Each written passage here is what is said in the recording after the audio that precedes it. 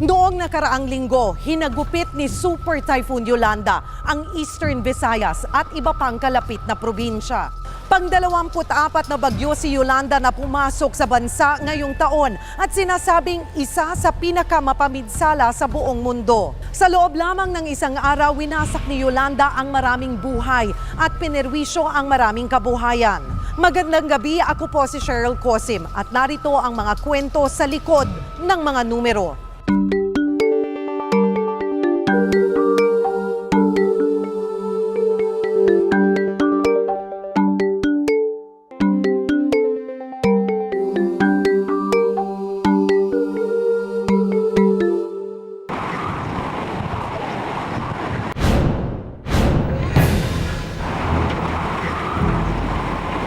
Nawala ng mga tao, siguro nasa evacuation centers na sila. Magtatanghali na ng maramdaman ang kakaibang bagsik ni Bagyong Yolanda dito sa probinsya ng Albay. Ang eksena, unti-unting nilalamon ng malalaking alon ang mga bahay dito sa Barangay Sabang, lungsod ng Legazpi.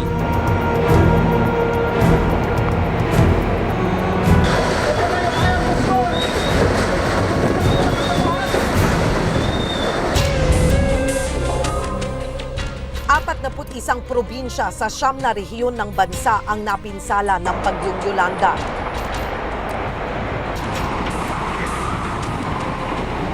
Ilan lang ito sa kuha ng mga netizen sa hagupit ng Bagyong Yolanda. Sa Tacloban, Leyte, nagliparan ang mga yero sa lakas ng hangin. Pati sa Surigao, malakas ang buhos ng ulan. Nagngangalit naman ang mga alon sa Kabikulan.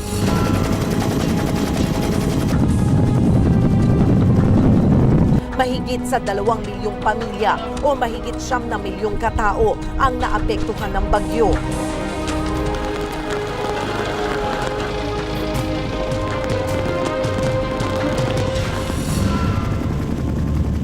Napuruhan ang Eastern Visayas region kung saan umabot sa mahigit 9 na milyong residente ang apektado. Hindi biro ang bagsik na ipinatikim ni Yolanda.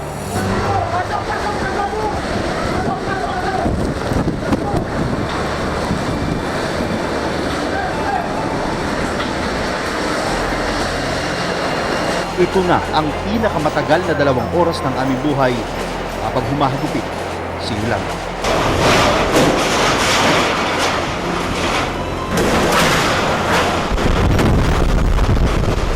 Naabutan kami nung malakas na hangin pa yun eh. Wala kami pagsilungan. Ang tanging nakita namin yung isang building na luma doon. Nagtago kami sa likod ng building so hindi nga kami nahagip. Hagip lang kami ng malakas na ulan. 30 minutes later, ito na yung lumalakas sa ulan, lumalakas yung hangin. Pagkatapos, biglang kumambyo yung hangin. Yung mga puno sa harap namin, magtutumbahan na. Hindi na namin naramdaman na nagliliparan yung mga yero.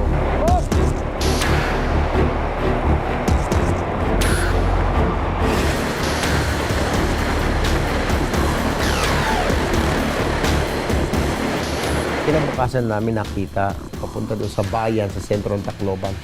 Lahat ng bahay, walang mga atip, walang mga dingding. Tapos nakikita namin mga sugatan, ginagamot yung mga sarili sa gilid. May ilang kaming patay na nakita sa gilid, na inilabas sa bahay nila. Tapos yung mga sasakyan, kung saan-saan na lang, mga gamit, mga unan, kumot. Nagkalat, ika sa kalsada.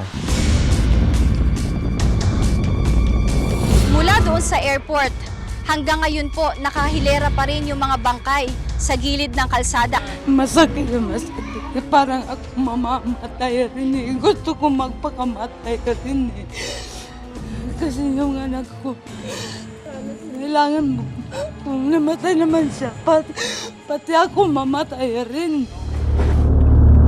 Sa tala ng NDRRMC, umakyat na sa halos 2,000 ang bilang ng mga namatay.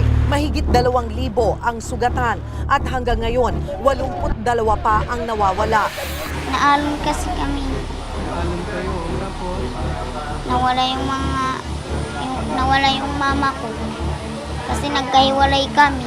Gusto lang muna namin po makita yung mga anak namin. Nahirapan po kami na 2 yun eh. 3 namatay, tapos kapatid ko nawala din.